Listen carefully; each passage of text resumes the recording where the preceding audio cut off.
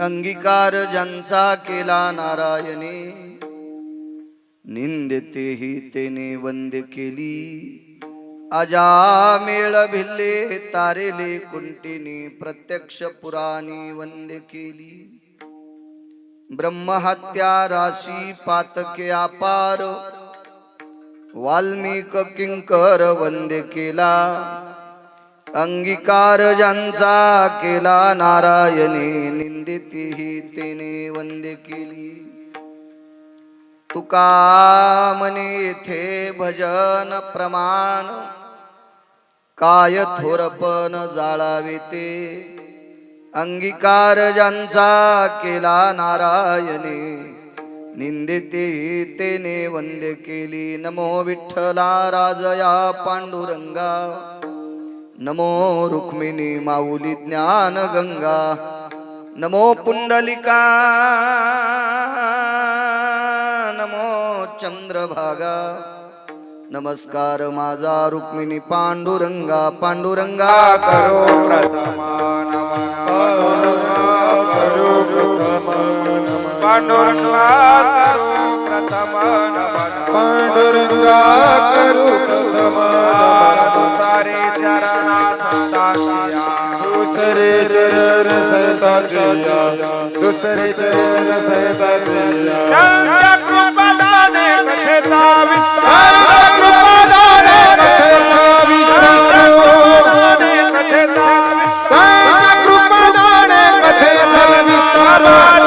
गुरु राजा बाबाजी सद्गुरु दास तुका, बाबाजी सद्गुरु दास तुका.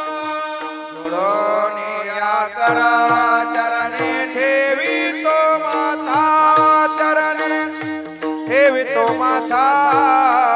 परिसावे विनंती माझी पंढारी नाथा, हो परिसावे विनंती माझी पंढारी नाथा. जोडोनिया करा चरणे ठेवी तो माथा, चरणे ठेवी तो माथा. परिसावे विनंती माझे पंढारी नाथा, परिसावे विनंती माझे पंढारी. ओ जोडोनिया करा चरणे ठेवी तो माथा, परिसावे विनंती माझे पंढारी नाथा. ओ जोडोनिया करा चरणे ठेवी तो माथा, परिसावे विनंती माझे पंढारी नाथा. पांडुरंगा करू प्रथम नमन दुसरे चरण संताची. त्यांच्या कृपादाने कथेचा विस्तारू बाबाजी सद्गुरु दास तुका. मनोजवं मारुत तुल्य वेगं, जितेंद्रियं बुद्धिमतां वरिष्ठं. वातात्मजं वानरायुत मुख्यं, श्रीरामदूतं शरणं प्रपद्ये. नागेन्द्रहराय त्रिलोचनाय, भस्मांगरागाय महेश्वराय, नित्याय शुद्धाय दिगंबराय, तस्मै नकराय नमः शिवाय. शरदिंदु समाकारे परब्रह्म स्वरूपिणी, वासरा पीठ निलये सरस्वती. नमस्तुते विठ्ठला विठ्ठला.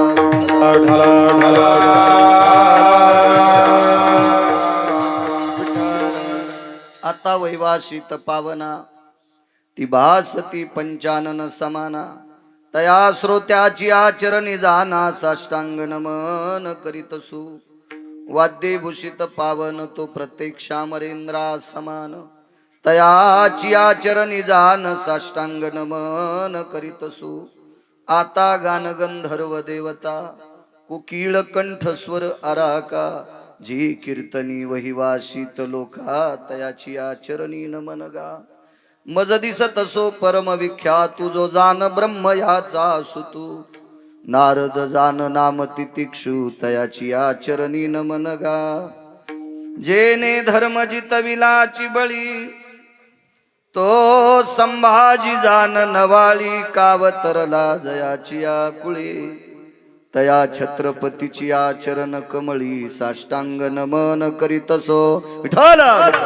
नदी दिव्य गोदा तटीचा विलाशी सदा प्रिय जो सज्जना वैष्णवाशी जया वर्णिता प्रेमात्यंत चित्ता नमस्कार माझा श्री गुरु एकनाथ अंगीकार ज्यांचा केला नारायणे निंदेतेही तेने वंदे केली अजामेळ भिल्ली तारिली कुंटिनी प्रत्यक्ष पुराणी वंदे केली. लक्ष्मी ऐकून येऊ द्यावा आता माणसाला तुडीत जाऊन काय अर्थ आहे कीर्तन ऐकून बरं. विठाला विठाला विठाला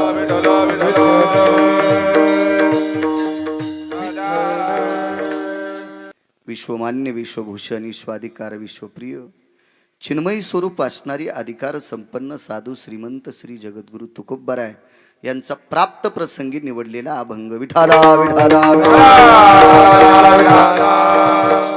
प्राप्त प्रसंगी निवडलेला अभंग माझ्या देहूतल्या मालकांचा आहे. याचा बेस कमी करा, थोडा विको कमी करा, आवाज कडक करा, देव तुमचं चांगलं करेल. प्राप्त प्रसंगी निवडलेला अभंग माझ्या देहूतल्या मालकांचा आहे. काही लोकायला महाराज गंडल असतं, मी आमक्या कुळातला आहे, मी तमक्या कुळातला आहे, मी आमक्या परंपरेतला आहे, मी इथून आलो, मी तिथून चाललो. तू कुठूनही कशात घुस आणि कुठून जन्माला ये, चांगलं वागलं तर या संप्रदायात तुला किंमत आहे.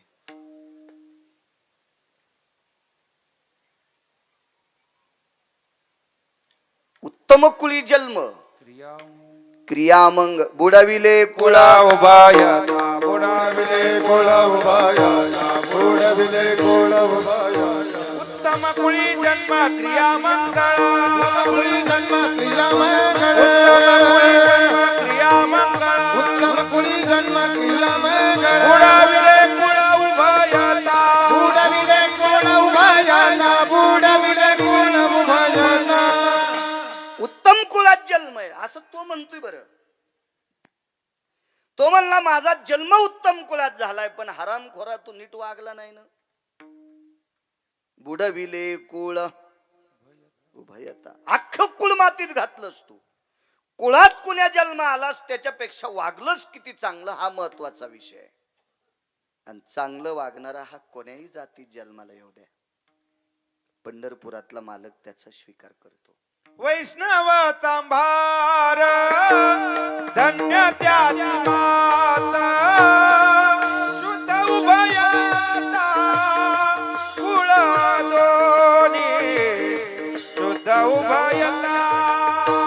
वैष्णव चांभार धन्य त्याची माता शुद्ध उभयता कुळ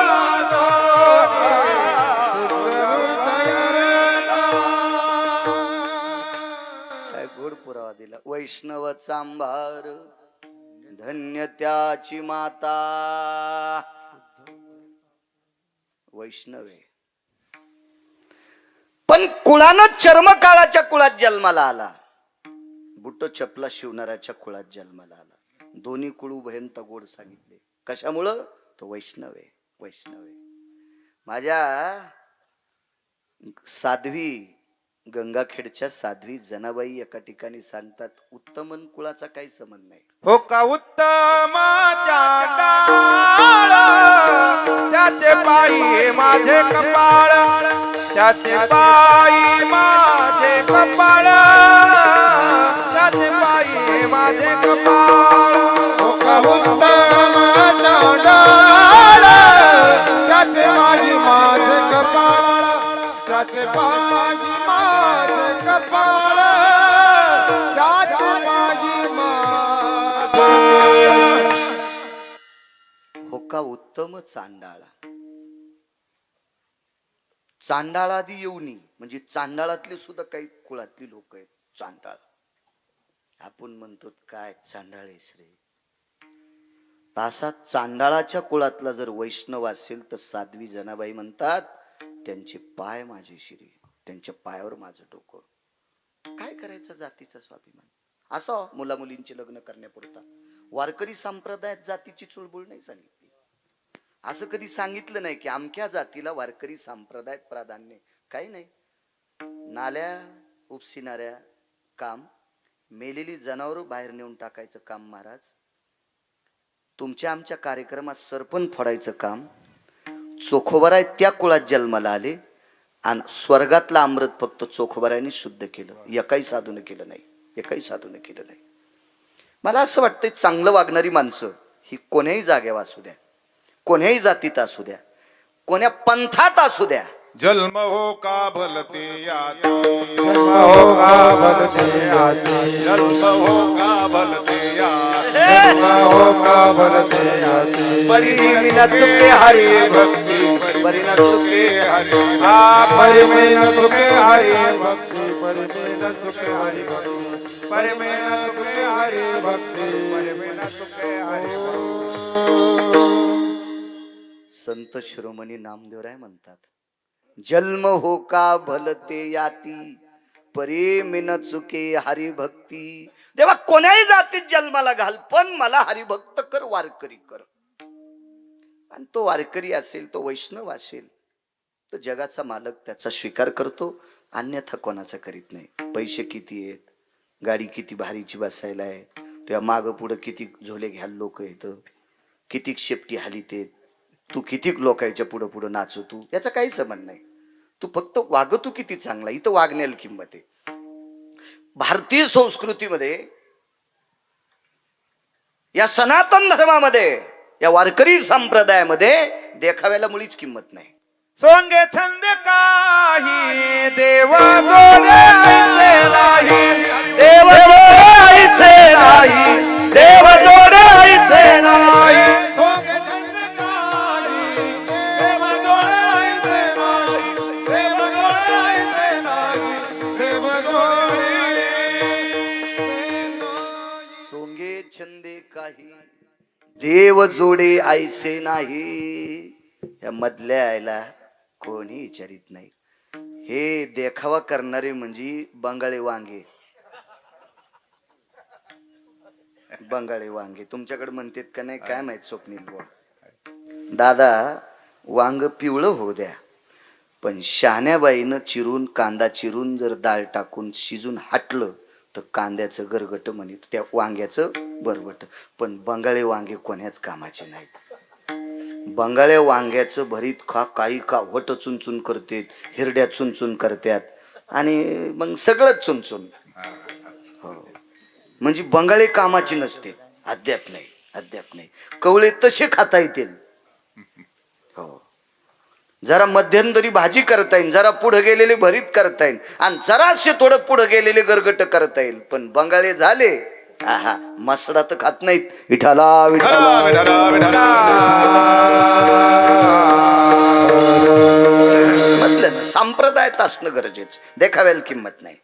गाडीत किती मोठ्या आलाय याच्यावर महाराज नसतो बरं. लोकनाट्यवाल्याला कुठं वाहनं कमी येत आता. अण्णा तुमच्या लहानपणापासून लक्झऱ्यात होत्या त्या बसायला बिचारायला. ते का कोणाची लाईट घेतात का? ही लाईट तर कवा येतील कवा जातीचा काय भरोसा आहे का? त्याचं स्वतः जनरेटर महाराज, ते जनरेटर ठेवायला ट्रक, असं थोडं असतंय. श्रीमंत माणसं नाहीत असं कसं म्हणता? मग सगळी श्रीमंत संप्रदायात असं तरी कसं म्हणता? इथं योग्यता लागत ना महाराज, त्याला किंमत आहे. आंब्याचं झाड लय मोठे, कैऱ्यात लागत नाहीत, लागत्यात कैऱ्या. कोयनी बाईच्या टायमाला इजळ तू, आणि इजळलेले आंबे वाननेर पण सर्दी होती त्याला. तर माणसाला भजन म्हणता येतील का ते खाल्ल्यावर महाराज? विठाला विठाला. या संप्रदायात वागण्याला फार मोठी किंमत आहे. मी नेहमी सांगत असतो, एखाद्याची बायको सजती किती, नटती किती, पदर किती घेती, कुंकू किती लाईती, मंगळसूत्र किती खपके आहे. हो, सत्यनारायणाच्या दिवशी, संक्रांतीच्या दिवशी नाव किती घेती, त्याच्यापेक्षा पप्याच्या बापाला जीव किती लाईती, हा महत्वाचा विषय. तू काही सांगू नको, 1 किलोमीटरहून तू कुंकू दिसायले पिना पाडास त्याचा. काय करायचं ते तू कुंकू 1.5 किलोमीटरहून दिसलं तर काय त्याला? एखाद्या वेळेस तो ते गाड्याच्या मागून लावते, ते चिटकीला असशील कपाळाला. काय म्हणतात त्याला ते रेडिओ स्टिकर रिफ्लेक्टेड असं काहीतरी म्हणतात ना. हा, आपल्याला काही इंग्रजी येत नाही पण फिरून फिरून शहाणपणा बसला डोक्यावर तो. काय नाही, देखाव्याला किंमत नाही, कृतीला किंमत आहे. मुलगा बाहेर किती सांगतो आमचे बाबा आमची आई वा आमच्या वडिलांनी असं कमीलं. नालाय का तू, पाया पडतो का सुंबळ्या? आणि काय लोकांमध्ये बैठकी रंगवायला लागला हा. यम तुला इतका हानीन, इंच भर जागा ठेवणार नाही तू लाल करायची. देखाव्याला किंमत नाही. वागणूक बापू तू बस ना मायन खाली, कधी मध्ये उठा जाय, तू मागच्याच्या शापान जळून जाशील वागा. हो ना, ते आरोग्य काय, अरे आम्हाला पैसे यायला पैसे त्याला काय रे, त्याला पावदीन गिरगाव कर. वायर जर लांब कर ना, वायर लांब कर. अरे कोणाची वायर लांबायली, तूच काऊन लांबत नाही? विठाला विठाला विठाला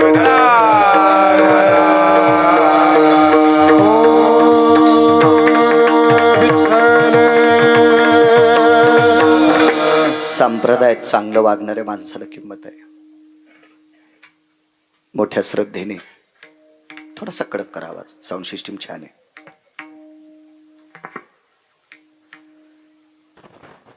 जुनाट परंपरा,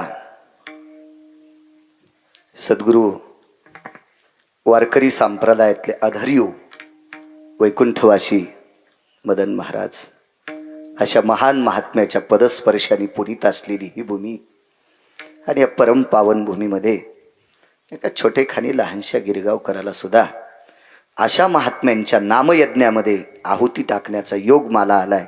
माझं सुद्धा परम भाग्य आहे.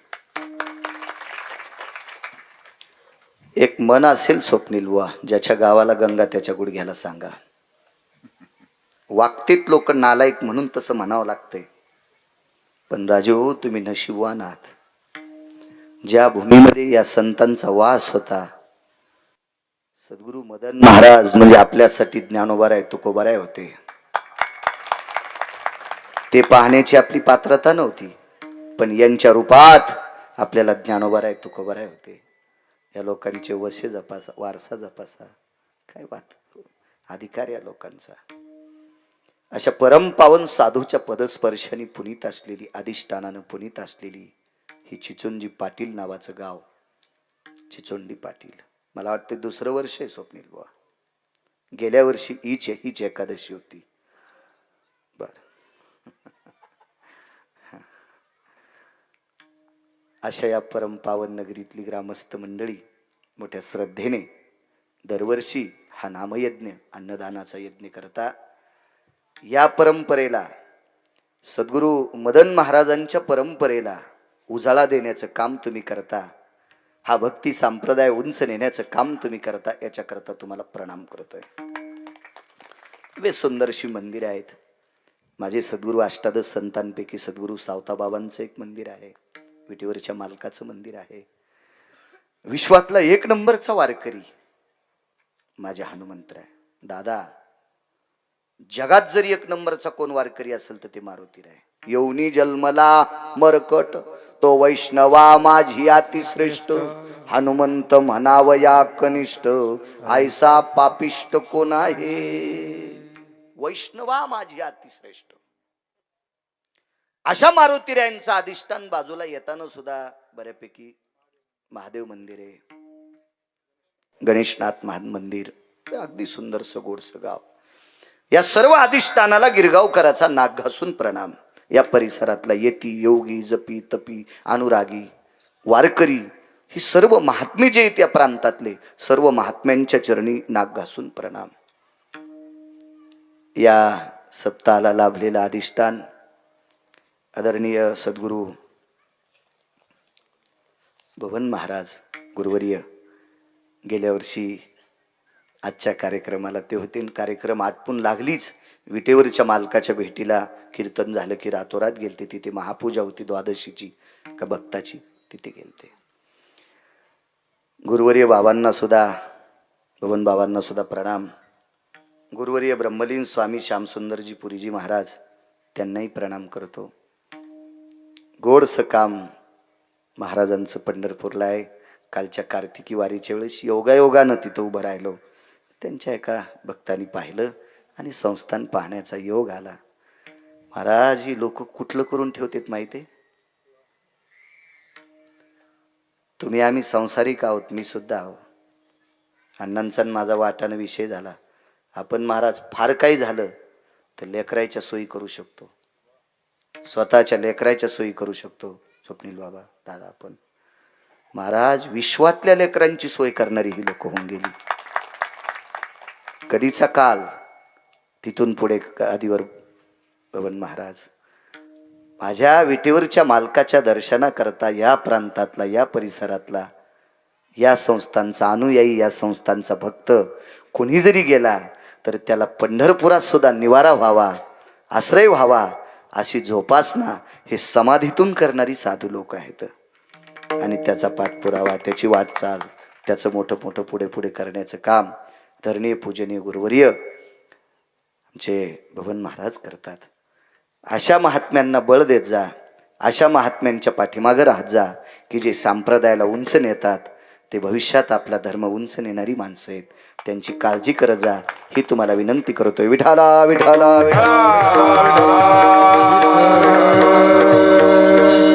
परम श्रद्धे आदरणीय हरिभक्ती परायण आमचे रक्ताटे दादा आहेत. आदरणीय हरिभक्ती परायण स्वप्नील महाराज दुसरीकडचं कीर्तन आटपूनही परिसरात एखाद्या वेळेस कीर्तन ऐकायला येते. श्रद्धा असते एखाद्या व्यक्तीची. स्वप्नील महाराजांना धन्यवाद. आदरणीय हरिभक्ती वडके महाराज असतील, बबन अण्णा बऱ्यापैकी वारकऱ्याची मायच म्हणावं लागेल बा. हो लय मोठे महाराज लोकायला घरी नेणं, जेव घालणं, आमकं करणं. आज आम्हाला एकादशीला तर पेढाच आणला. वा श्रद्धा आहे. उपस्थित सर्व श्रोते मंडळी तुमच्या चरणी साष्टांग प्रणिपात करतो. माझ्या मायमावल्या काय नाही, एक कप्पा फक्त पुरुषाला द्या, एक कप्पा. काय जास्त काय तुमचं माझी काय काय वाद नाही, काय नाही. मला काय तुमची ॲलर्जी नाही. मला ॲलर्जी असती तर लग्न केलं नसतं, तिकडेच बसलो असतो अंगाला काव लावून जय बम बम बोले, आहे का नाही. काही विषय नाही. फक्त काय होतंय, स्त्रियांनी पुरुषाचा सन्मान करायचा. काय होतंय, माणसं जरी एका कोपऱ्यात गेले तर मग आपल्याला काय किंमत असते. नाही, पुरुषा आहे किंमत.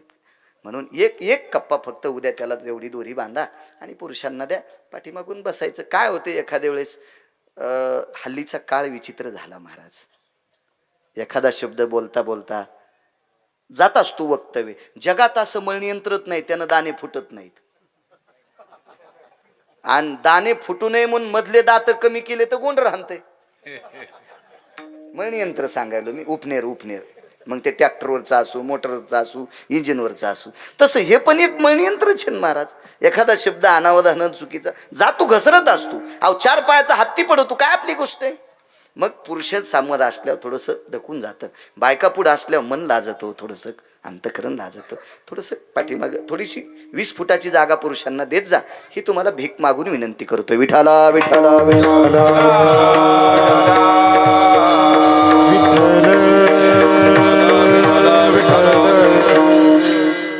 आदरणीय मृदंगाचार्य आमचे हरिभक्ती परायण हेमंत महाराज. इकडं नाशिक जिल्ह्यात पण गोड असते त्यांचं मस्त छान. हेमंतजी तुम्हाला सुद्धा गोड.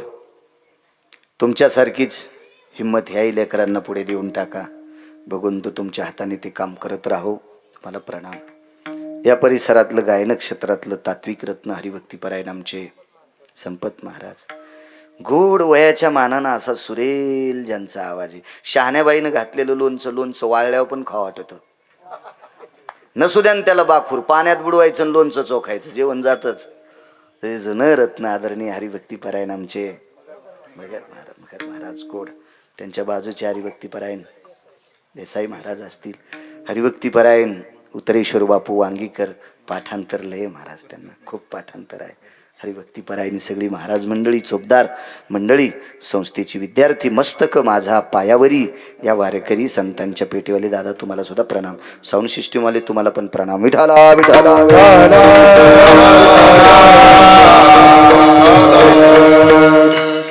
थोडा कडक करा आवाज करा. अंगीकार ज्यांचा केला नारायणी, ब्रह्मांडाच्या मालकानं स्वीकार केला की निंदेतेही तेने वंदे केली. समाजामध्ये असा काही वर्ग आहे दुसऱ्यांची निंदा करतो.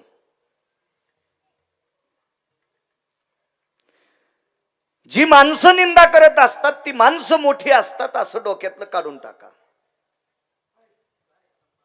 म्हणजे फार शहाणी माणसं निंदा करतात असं नाही. कधी कधी ज्यांना कवडीची अक्कल नसती तेही माणसं दुसऱ्याची निंदा करत असतात. काय नसतं ते.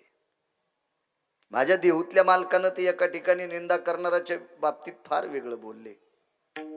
इतराची चेष्टा इतराची चेष्टा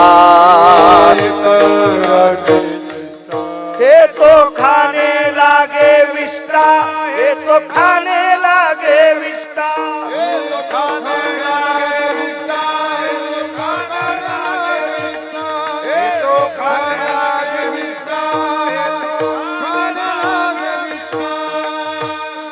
इतराची चेष्टा हे तो खाने लागे विष्टा. घाण खाल्ले इतकं पाप सांगितलं. दुसऱ्याची निंदा करणं करतील माणसं निंदा. पण काही माणसं आपण जरी नाही निंदा केली तर अंतःकरण त्यांना निंदे पात्र घोषित करते. चुकीचं काम करणाऱ्या माणसांना त्या निंदेच्या ह्याच्यात यावंच लागतं. हृदय मानित नाही त्यांना सुव्यवस्थित. पण अशी सुद्धा माणसं विटेवरच्या मालकानं स्वीकारल्याच्या नंतर जगातल्या बलाढ्यशाली माणसांना त्यांचं दर्शन घ्यावं लागलंय. निंदिती ही तिने वंदे केली वंदे केली. कोण? आजामेळ भिल्ली तारिली कुंतीनी. आजामेळ पाय घसरला शेवटच्या टप्प्यामध्ये. चुकीचं काम करण्यात आलं. समाजानं वाळीत टाकलं, प्रांतानं वाळीत टाकलं, परिसरानं वाळीत टाकलं. पण अनाथाच्या नाथे घातला विमानी. शेवटच्या टप्प्यात पश्चातापेन शुद्धता. आज श्रीमद भागवतामध्ये अजामेळ महाराज की जय. असा एखादा भागवतकार आहे का ते म्हणला मी आजामेळाला मानित नाही? तुलाच भागवत सांगायचा अधिकार नाही सुबळ्या. तुझ्या काय बापाची जागिरी आजामेळ काढून टाकणं. जिथं एक ब्रह्मवेत्ता मानतोय शुक याज्ञवल्क दत्त कपिला मुनी. शुक याज्ञवल्क दत्त कपिला मुनी. हरि श्री जानोनी हरि झाले हरि श्री जानोनी हरि झाले हरि श्री जानोनी हरि झाले. हे शुक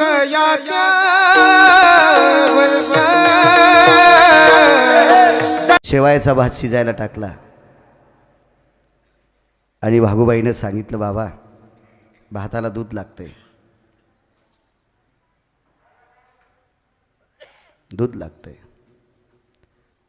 तुकोबाराने सांगितलं काय हरकत नाही दूध नसेल तरी मी खातो. पण भागूताईंनी सांगितलं बाबा बिना दुधाचा भात मला समाधान होणार नाही. एक काम करा भानोशीतला आदला काढा. भानोशी हा शब्द शक्यतो खेड्यातल्या जुन्या माणसांना कळणार किंवा ज्यांचा शिमग्यात जन्म झालाय त्यांना कळणार. ज्याचा जन्म दिवाळीत झाला त्यांना कळत नसते. म्हणजे मागची गरिबीची आठवण आहे त्यांना भानुशी शब्द कळन. श्रीमंतीतल्यांना बाकी भानुशी शब्द काय कळणार आहे. एक आदला काढा जुन्या काळातलं नाणं आपल्या बाबांच्या हातावर दिलं. एक लोटकं दिलं मातीचं आणि सांगितलं घेऊन या दूध घेऊन या. तुकोबाराने विचार केला दुधाला कोणाकडे जावं. एक विनोद म्हणून सांगत नाही. एक सहज एक वाक्य सांगतो. 10 वर्षापूर्वी जो माणूस मेला 10 वर्षापूर्वी आणि त्या माणसाची सून आजच्या इथं कार्यक्रमाला प्रवचनाला आली आणि वापस प्रसाद घेऊन दार उघड्यावर जर हॉलमध्ये 10 वर्षापूर्वी मेलेला सासरा जर तिला दिसला तर थोडंसं कल्पना करा ती पुन्हा कीर्तनाला येते का पुढच्या वर्षीच्या. 10 वर्षापूर्वी मृत पावलेला सासरा इथून गेलेल्या सुनाला जर तिच्या हॉलमध्ये दिसला तर ती वाचेल का. वाचणं मरणं तो भाग सोडून द्या पण कितपत शक्य आहे ते. तुकोबार आहे विवेकाचं टोक होते. त्यांनी विचार केला आपण जर गावात गेलं आणि दूध विकत घ्यायला गेलो तर बायका म्हणतील हे भागूबाईचे वडील होते यांचं मागे वैकुंठ गमन झालं हे डबल कस काय आले. मग हे भूत आहेत का हे पिशाच्चे आहेत का हे डाकिन्य आहेत का. नाना प्रकारचा तर्कवितर्क होईल ना. म्हणून तुकोबारायने विचार केला आपण कोणालाही दूध न मागता भगवान शिवशंकराच्या मंदिरात जावं.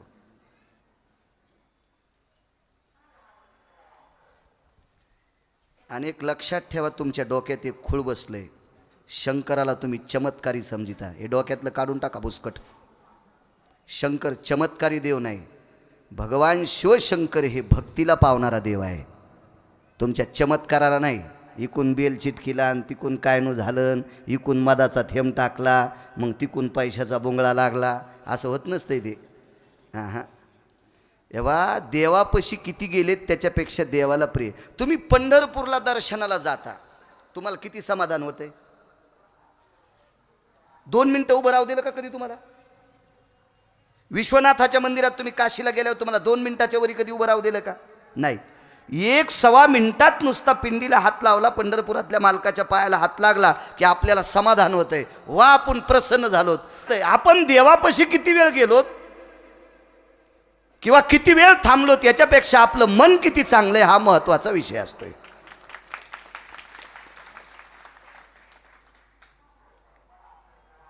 मी श्रावण मासात एका गावात गेलो, मुक्काम घडा. मी करत नाही शक्यतो बाहेर मुक्काम, पण पडला मुक्काम. तर आम्ही ज्या घरी मुक्कामाला थांबलो त्या बाईनं टोपलं भर फुलं आणले. मी म्हणलं, बाई तुमच्या इथं फुलाचे झाड एक पण नाही, आणि फुलं आणले कुठून? ती म्हणजे शेपुडीचाच अवतार, मेंढीचा अवतार ती बाई. गळ्यात 2 माळी तिच्या, पण ती ओरिजिनल शेळीन मेंढी. तिनं दुसऱ्या बायका उठायच्या आधी चट फुलाचे झाड वरबडले आणि माझ्या पायावर टाकले. मी म्हणलं, बाई पोळायलेत ना फुलं, हे पोळायलेत. म्हणली, महाराज फुलं कुठं पोळत असतात? मी म्हणलं, चोरून आणले ना बाई. तो तिनं पाणी घातलंय, तिनं झाड सांभाळलंय, त्याला कुंपण केलंय, आणि तू पहाटच गेली शेपुडीवानी करा करा तुळशी खाल्ल्यावानी खाल्लंस. असं केल्यावर महादेव पावत असतो काय कुठं? भरणा आहे नुसता, भरणा. मग येलेश्वराच्या मंदिरात गेले. महाराज तुकोबरायला पाहिल्याच्या नंतर शिवजी प्रत्यक्ष प्रगट झाले. प्रत्यक्ष प्रगट झाले. का प्रगट झाले? कारण वारकरी संप्रदायाची स्थापना भगवान शिवशंकराने केली. एका जनार्दनी वैष्णव शिरोमणी महादेव. शिरोमणी म्हणजे मुख्य. भगवान शिवशंकरांनी वारकरी संप्रदायाची स्थापना केली. उभं राहून कीर्तन करण्याची परंपरा नामदेवरायाकडे दिली, आणि नामदेवरायाने कीर्तन केल्याच्या नंतर ते कीर्तन शिवजीला आवडलं. तुम्हाला मला आवडत नव्हतं बुद्धिवाद्यांना, शिवजींना आवडल्यामुळं मंदिर फिरविले देऊळ जगा माझी ख्याती, नामदेवा हाती दूध प्याला. ही संप्रदायाची परंपरा शिवजी बसणारी. भजन ही परंपरा शंकरांनी सुरू केली. एक जण म्हणला, आमच्या 3 पिढ्यापासून आम्ही भजन करतो, मग हाणतो का आम्हाला? तू भजन करतो म्हणजे आम्हाला हाणतो? अरे भजन ही परंपरा शिवजीने सुरू केली. भजन करी नारद तुंबर सांब गायन करी. नारद तुंबर सांब गायन करी. नारद तुंबर सांब म्हणजे शिवशंकर. भजन परंपरा तिथून आली. म्हणून तर पंढरपुरातल्या मालकाच्या टाळूवर भगवान शिवशंकराची पिंड आहे.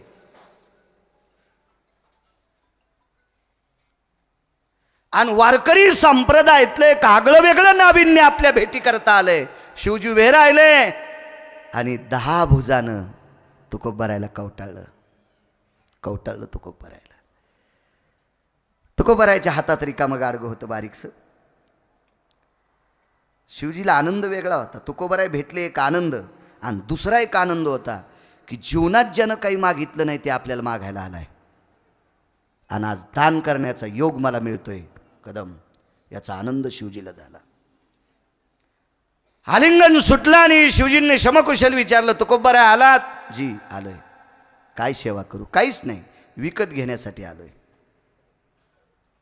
कमरेच्या धोत्राच्या गुढ्यात अण्णा आदला खोसला होता, त्या काळातला आदला.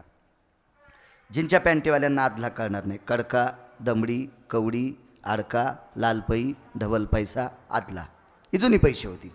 मी काय, माझं फार वय नाही, मला जुनं वाचवायचा नाद म्हणून पाठ आहे.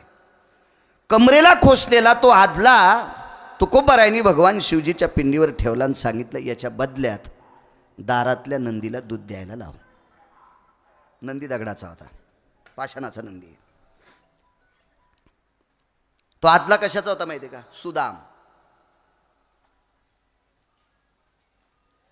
काही काही माणसं एखाद्यानं गोष्ट काही दिल्यावर त्याचा जास्त मोठेपण गातात. एकदा मी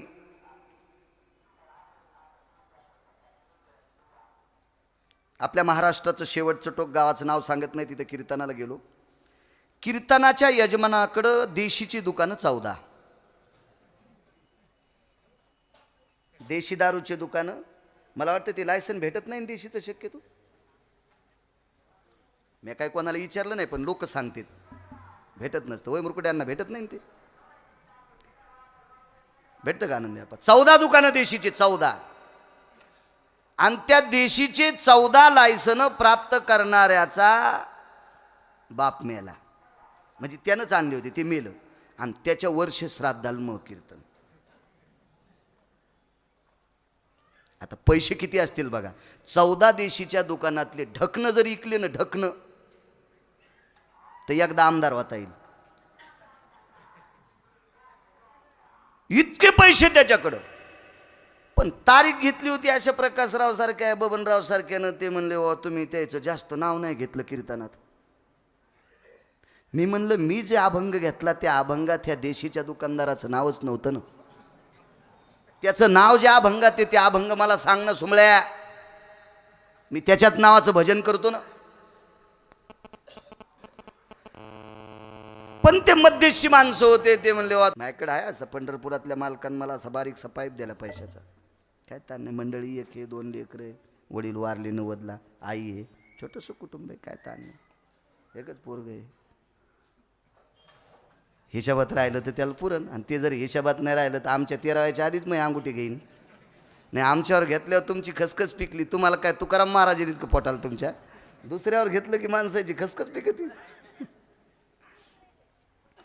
त्या मध्यस्थी लोकायला प्रकाशराव इंजिनियर साहेब राग आला. तुम्ही जास्त नाव घेतलं नाही. मी बैठकीत सांगितलं अरे याच्याकडे पैसे भरपूर असतील, पण महाराष्ट्रातल्या किती बायका विधवा झाल्या याच्या दुकानामुळं. यानं दुकान सोन्याचं नाही टाकलं, यानं दुकान किराणा नाही टाकलं, यानं कपड्याचं नाही टाकलं, दुकान त्याची 14 दारूचे इथं. मग किती बायका विधवा झाल्या असत्याल. याचं जर वर्णन केलं तर मी विधवा होईल, मै मरण, मै मरण. शास्त्र काय सांगते, नालायकाची फार स्तुती करायची नाही. निंदा अथवा स्तुती करावी देवाची, कीर्ती मानवाची, इतराची स्तुती आम्हा ब्रह्महत्या. मूर्ख नालायक व्यक्तीची जास्त स्तुती करणं म्हणजे ब्राह्मण कापल्याचं पाप लागतंय.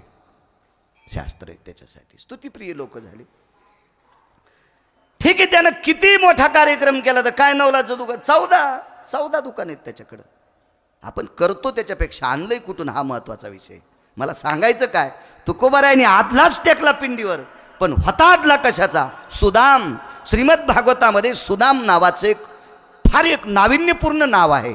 सुदाम देवांना सुदाम नाव आहे. सु म्हणजे चांगला आणि दाम म्हणजे कष्टाचा, घामाचा दाम, त्यांचं नाव सुदाम. अशा सुदाम देवांचा असा दाम, कष्टातला दाम येतो. तुकोबारायच्या पत्नीने एका गरजूबाईचं बाळंतपण केलं. तिला मागे पुढे जरा कोणी जास्त नव्हतं, आई वगैरे, सासू जात राहिलेली होती. आणि तिनं सांगितलं आता माझं बाळंतपण कोण करील. मग भागूबाईनं सांगितलं काळजी करू नको, 1.25 महिन्याकरता तुझी मायच मी होते. आणि केलं बाळंतपण. तशी ती भरगच्च पैशावाली बाई होती. पण माणसांची अडचण, आई नसेल, सासू गेली असेल, आणि कोणाला नीट बोलत नसेल, याच्याकरता शेजारनी येत नसतील. काहीला इतका पैशाचा गर्व, इतका पैशाचा गर्व, इतका पैशाचा गर्व. द्वारकाबाई, सखूबाई, मंजुळाबाई, कांताबाई, अंतिकाबाई, वत्सालाबाई, चतुराबाई, तुझ्याकडे पैसे असतील पण पैसे खात नसतील बाई. तू माणसासारखं बोल ना. 60-65 वर्षात तुला आमच्या देखता फुकावं लागणार आहे. तू शेजारणीला येड्यावानी बोलू नकोस ना. पैसे असतील पण एवढं काही नाविन्य नसते त्याच्यात. श्रीमंत बाई ती, ही तुकोबारायची कन्या भागूबाई. तुम्हाला काय देऊ, काहीच नको म्हणजे मला. पण सौभाग्यवती असो, कुणी असो, एखादी माऊली, आपल्याकडं चोळी बांगडी करण्याची पद्धत आहे. म्हणून त्या श्रीमंत घरच्या बाईने आपली बाळांतपणातली 1.25 महिन्याची सेवा केली. याच्याकरता एक आदला देऊन टाकला बांगड्या भरायला. बांगड्या हे घेऊन टाक. पण हातात चांगल्या बांगड्या असल्यामुळं भागूबाईला असं वाटलं असेल आपण एखादीशी भरू बांगड्या पहिल्या खराब झाल्यावर. भरू भरू भरू भरू. तो आदला भानुशीत ठेवला होता, कष्टाचा आदला होता, तो तुकोबरायाकडे दिलता आणि तुकोबरायानं तो शिवजीच्या पिंडीवर आदला ठेवला. या आदल्याच्या बदल्यात एवढं लोटकं भरून मला इकत दूध द्या आणि ते तुमच्या नंदीला द्यायला सांगा. ठीक आहे म्हटले. हात केल्याबरोबर नंदी उठला. 4-2 पुस्तकं विज्ञानाचे वाचलेलं ते म्हणला बाळू महाराजाच्या गोळ्या संपल्यात, नंदी कसा दूध देईल. अरे ते दूध काढताना मी नव्हतो ना सुंबळ्या. पण तुकोबरायचं खोटं कसं मानायचं काका. तुकोबराय नाही, जो तुकोबरायांचं खोटं मानतो तो त्याला माणूस कसं म्हणता येईल. त्याला इथं काय अधिकार काय, त्याची लायकी काय.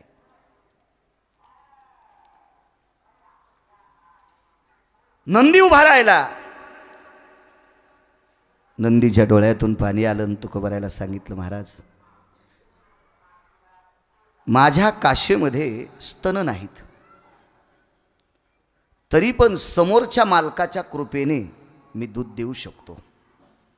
नंदीने सांगितलं ही माझी ताकद नाही, भगवान शिवजींची ताकद आहे, मी दूध देऊ शकतो. घ्या तुम्ही पात्र भरून दूध. तर ते तुकोबराय होते, ते गिरगावचा बाळू नव्हता. फुकट भेटलं म्हणजे काही बी घेतो. ते तुकोबराय होते. तुकोबरायानं सांगितलं तुझ्या मालकानं सांगितल्यामुळं तू दूध द्यायला किंवा त्यांच्या कृपेनं द्यायला मला सांगू नको. मी त्यांच्या पिंडीवर आदला टेकलाय, तुझंही दूध मला फुकट नको. येताना मी पवना नावाच्या गवताची पेंडी हातानंच आणली, तेवढी पेंडी खाय आणि मग दूध दी. नंदी म्हणला तुकोबराय, दगडाचा नंदी कुठं गवत खात असतो का. आणि तू कोणाला सांगायला मग दगडाचा नंदी कुठं दूध देत असतो का. हे तुकोबराय होते. शेवटी 11 डोळ्यातून ते एकादश नयन पाझरती. 11 डोळे होते शिवजीला. शंकराला ज्या वेळेला 5 मुख असतात का त्यावेळेला 11 डोळे आणि 1 मुख असतं का त्यावेळेला त्रिनयन. हे द्वापार युगातला एक प्रसंग यशोदेचा आणि आमच्या नंदाचा प्रसंग होता. ज्या वेळेला शिवजी एका जोग्याच्या रूपात आले. जोगी दिसतो विचित्र, त्याला 3 नेत्र, चर्म वेगळे नाही वस्त्र, मनवी तुझा मित्र बाळा जो रे. कुलभूषणा निजबा नारायणा बाळा जो रे. योगी आलासे विश्रामा निजबा नारायणा बाळा जो रे. योगी दिसतो विचित्र, त्याला 3 नेत्र, चर्म वेगळे नाही वस्त्र, मनवी तुझा मित्र बाळा जो रे. 1 डोकं असल्यावर 3 डोळे, 5 असल्यावर 11 डोळे. एकादश नयन पाझरती, 11ही डोळे पाणी येत होतं. आणि नंदीला सांगितलं अरे खा रे बाबा. ती पेंडी खाल्ली मग दूध दिलं. काय त्यांचा महिमा इतक्या नाही. आता बघा द्वापार युगामध्ये पंढरपुरातल्या मालकानी कृष्ण अवतारामध्ये राधेला पाहून बोलले हरी बैल दोहितो. हा काय गिरगावकराचा पुरावा नाही, 18 मालकांपैकी एका मालकाचा पुरावा आहे. राधेच्या भक्तीचं टोक बघितल्याच्या नंतर भुलला म्हणजे वेडा झाला आणि गायीची धार काढण्याऐवजी बैलापाशी बसला. करतुम शक्ती देवाकडे. त्यानं लगेच गुंडी भरून दूध नेलं. यशोदेनं सांगितलं आणलंच दूध. हो, लगेच पुराणात बैल दोहितो नंदा घरी. देवानं नंदीचं दूध काढलं, देवानं पंढरपुरातल्या मालकानं, पण जिवंत. आणि तुकोबरायांनी नंदीचं दूध काढलं पण दगडाच्या. म्हणून निळोबाराय म्हणतात काय त्यांचा महिमा वरणो वारंवार, हरे भक्त थोर भूमंडळी. हा संतांचा महिमा आहे. 222 पद ज्या मंत्र्याला आहेत का, आपल्याकडे किती असते एका मंत्र्याला पद? 1. वरच्याच्या लय जवळचा असला तर 2-3. मात्र वरच्याच्या लय गळ्यातला पाहिजे. दिल्लीतल्या लोकांच्या जर लय जवळचा असला तर 2-3 पद असतात. सगळे असतात का? नाही. सगळेच पद एका मंत्र्याला होते. तो अमरपुरीचा राजा इंद्र. दुसरा पुरावा सांगतो. तो अमरपुरीचा राजा इंद्र आहे. त्याला जयंती नावाची कन्या आहे, जयंत नावाचा पुत्र आहे आणि शची नावाची पत्नी आहे. श्रीमंत आहे तो, श्रीमंत आहे. त्याने एक चूक केली. तुम्हाला एक सांगू का, देशावर संकट 2 लोकांच्या पापाने येत असते. एक आमच्या लोकांचं पाप आणि एक तुमच्या लोकांचं पाप. राग येऊ देऊ नका. राजसत्तेत ज्या वेळेला पाप होत असतं आणि धर्मसत्तेत ज्या वेळेला पाप होत असतं त्यावेळेला देशावर संकट येत असते. कारण जबाबदार माणसं दोनच आहेत, देश सांभाळणारे राजे लोक आणि धर्म सांभाळणारे महाराज लोक. उदाहरण सांगू तुम्हाला एक. माझे वडील वारले, माझी आई आहे. माझी आई असताना जर गिरगावकर माईला सांभाळीत नसेल आणि तुम्ही त्याचं कीर्तन ठेवून जर तुम्ही त्याला पाकिट देत असताल तर तुमच्या घराला कुपाटी लागणार. मालकाचा पुरावा आहे काका, हा शास्त्र आहे त्यासाठी. जो आई वडिलाचा होऊ शकत नाही तो जगातल्या कोण्याच माणसाचा होऊ शकत नाही. कोणाला कोणाचाच होऊ शकत नाही, कोणाचाच नाही. ज्या माईनं 9 महिने पोटात सांभाळलं तिला जर एखादा हरामखोर मानित नसेल बोरकीनकर, ते तुमच्यावर प्रेम करतो कशाहून शक्य आहे? होय किशनराव, कसं शक्य आहे? जो मायबापाचा होऊ शकत नाही तो लोकांचा काय होऊ शकतो? हा सिद्धांत आहे, शास्त्र आहे त्यासाठी. म्हणे थोडंसं पाप केलं त्या राजानं. कीर्तनकार असेल आणि तंबाखू खात असेल तर नालायक आहे. चांगलं गाता येतं, तालुक्यात 1 नंबरचा गायक आहे आणि चालू भजनात तंबाखू घोंगडी खालतात आणि लोक म्हणले काय नंबर 1चा गायक आहे, तुला हाणायला पाहिजे नदीला नेऊन. लोकाला उपदेश करणाऱ्या माणसांनी व्यसने करायची नाही. तंबाखू असेल, बिडी असेल, सिगारेट असेल, बाकीच्यांना मी नाही म्हणणार, पण आमच्या लोकांनी पक्वाद्या असेल, गायक असेल, कीर्तनकार असेल, प्रवचनकार असेल. कारण सांगू तुम्हाला का करायला नाही पाहिजे? इथं आलेला प्रत्येक व्यक्ती माझ्या जवळ आल्याच्या नंतर पाया पडलाय. याचा अर्थ असा नाही बाकीच्या लोकांच्या गोळ्या संपल्यात. अरे तू चांगलं वागतोस, ज्ञानोबाराय तुकोबारायचं नाव घेतोत म्हणून तुझ्या पाया पडायलेत. मायबापाच्या पाया माणसं सणावाराला पडायलेत किंवा वाढदिवसाच्या दिवशी पडायलेत, रोज रोज पडणत. मेलेल्या मायबापाच्या मुरकुट्यांना पिंड करायलेत वर्षाला 1दा-2दा, याच्या व्यतिरिक्त नाही. अहो महाराज दिसला की त्याच्या पाया पडतील, त्यानं किती चांगलं वागायला पाहिजे. त्यानं चुका करता कामा नाही. लोकांची श्रद्धा आहे, लोकांचा आदर आहे त्याच्यावर. मग धर्मसत्तेत ज्या वेळेला पाप होत असतं का त्यावेळेला देशावर संकट येत असतं. धर्मातल्या लोकांनी नास्तिक माणसं आपल्याचे करायची. एक गंगाबाई नावाची नृत्यांगना होती. असं लांबतं बघा कीर्तन, मला पाणी देता देता गवत उपटायचा नाद आहे. गंगाबाई नावाची एक नृत्यांगना होती. नृत्यांगना त्या काळातली नृत्य सम्राज्ञी होती ती, आणि गान सम्राज्ञी होती ती. इतकं तिचं गायन, आता मी काय ऐकलं नाही पण इतिहास सांगतोय. मी ते गायन ऐकले असते तर महाराज झालोच नसतो ना. तर तिनं किती मोठ्या राजाला संपून टाकलं सांगू? ज्या राजाकडं 250 मशाली सोन्याच्या होत्या, 250 मशाली सोन्याच्या होत्या. एक मशाल 2.5 किलो सोन्याची. रोज 1.5 ते 2.25 किलो गावरान तूप लागत होतं एका मशालीला.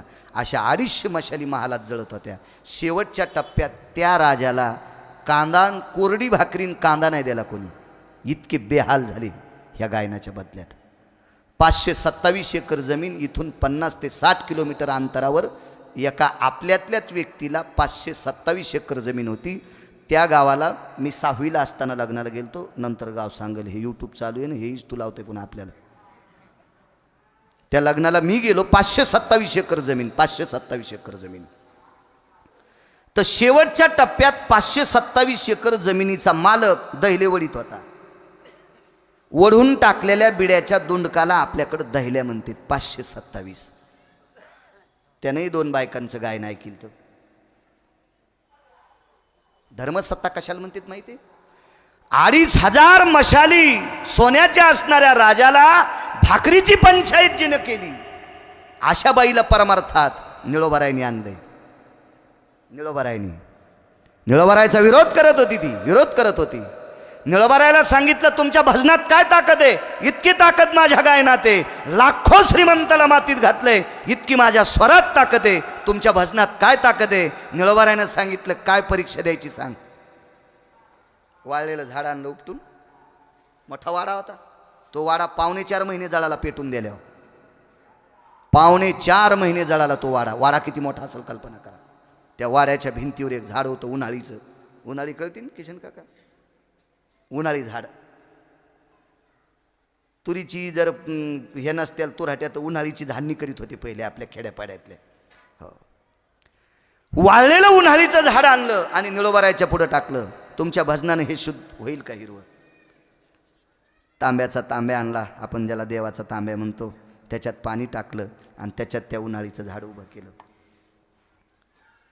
आणि निळोबारायनी 2 अभंग म्हटल्याबरोबर झाड हिरवं झालं. झाड हिरवं झालं. त्या बाईनं त्याच वाड्यातल्या हौदातलं पाणी उपशिलं, स्नान केलं आणि निळोबारायची श्रोता बसली. तिचं नाव होतं गंगाबाई. म्हणून लावणीतल्या लोकांना अभंगाची ताकद त्या दिवशी कळाली. मधुर मिलन आज लाभला, मधुर मिलन आज लाभला, सुगंध सोन्याला लावणी फुलली अभंगाला. अभंगाची ताकद इतकी मोठी. धर्मसत्तेतली माणसं त्यांना म्हणतात, या का नालायक श्रीमंतांना, नालायक नाही म्हणायचं, अफाट श्रीमंतांना संपवण्याची ताकद ज्या बाईते, तिला परमार्थात आणण्याची ताकद वारकऱ्यात आहेत. ते निळोबार आहे, त्यांचा अभंग आहे. आजचा अभंग त्यांचा आहे. म्हणून काय त्यांचा महिमावरून वारंवार, किती मोठी ताकद आहे. चला इंद्राकडे या. इंद्र हा फार मोठा माणूस, पण इंद्राने काका 6 चुका केल्या. 6 चुका केल्या. तुम्हाला एक सांगू का, गावंढळ माणसानं केलेली चूक लोकांना सहन होते असते. कारण लोक सरळ म्हणते तो अज्ञानी, इंजिनियर साहेब अज्ञानी. पण विद्वान माणसानं केलेली चूक, एक सोपा मुद्दा सांगू का, काळ्या पॅन्टीवर डाग सहन होतो, पांढऱ्यावर नाही सहन होत. पांढरे शुभ्र कपडे घातलेला अण्णा नायकवाडे अण्णा माणूस रस्त्यानं चालला, मुरकुटे अण्णा रस्त्यानं चालला माणूस, आणि नालीतून डुक्कर उठलं त्यानं शेपूट आणली, निगती पॅन्ट पुन्हा. पांढऱ्या माणसांनी डुकराच्या लांबून जावा. त्याला म्हणू नये माझ्या आजोबानं हा रोड केलता. डुकराला कळत नसते. चुका या शहाण्या माणसांना कधी करायच्या नाही. शहाण्या माणसानं केलेली चूक देव सुद्धा त्याची दखल घेतो. हे तू चुकीचं वागला शिंदे, असं शास्त्र आहे. हा अज्ञानी माणसात ठीक आहे. एखादा माणूस आमच्या गिरगावचा कोणी जरी शिलूच्या बसस्टँडला पिऊन पडला, जाऊ द्या, कोण्या गावची लोक पित असतील. पण मी जर उद्या बसस्टँडला पिऊन पडतो, ह्या म्हणते बाई काय मेला आगाव आहे येऊ, काय प्रवचनात बोलू लागला आणि आता तर दारू प्यालाय. जपायचं. मोठ्या माणसांनी शक्यतो जपलं पाहिजे, नावीन नाही त्याचं. किती मोठी शक्ती. इंद्राने 6 चुका केल्या, त्याच्यात एक चूक इतकी नालायक केली. या विश्वातलं न्यायशास्त्र ज्यांनी केलं का त्यांना गौतम म्हणतात. आपल्या न्याय व्यवस्थेत फक्त अर्धा न्याय वापरला जातो. न्याय किती येत माहिती आहे तुम्हाला? 10. असू द्या माझं शिक्षण कमी, मला वाचायचं नाद आहे. मी एका चपक्यात सुप्रीम कोर्टाचा वकील झालो असतो, एका चपक्यात. पण आता तो एक मिळतो कोणता कमी आहे? आता काय कमी आहे? मला बुद्ध्यांक पंढरपुरातल्या मालकानं फार चांगला दिला. मी या ट्रॅक्टरमधले गाणे ऐकून 450 पाठ केलेत. गायनाला ज्यांना बदिलं का ते वय घेतल्याशिवाय म्हणत नाहीत. तुम्ही लग्नात कोणता बी ऑर्केस्ट्रा लावा, त्यांच्याकडे वय असतात लिहिलेल्या. मी फटाफटा कडवे सांगेल. मी एकदा 4 टनला गेलतो. त्याला मी गुलछडी नावाचा पिक्चर पाहिला होता. त्याच्यातले 9ला 9 गाणे पाठ आहेत मला. मला शिव्या 2-250 पाठ आता. ते मेमरी कार्ड पाठ होते, त्याला काय विषय, त्याला काय प्रश्न नाही, त्याचा द्यायचा काही संबंध येत नाही. मी 27 वर्षापूर्वी कर्मकांड करीत होतो. त्याच्यातला एक रस्व दीर्घ चुकत नाही.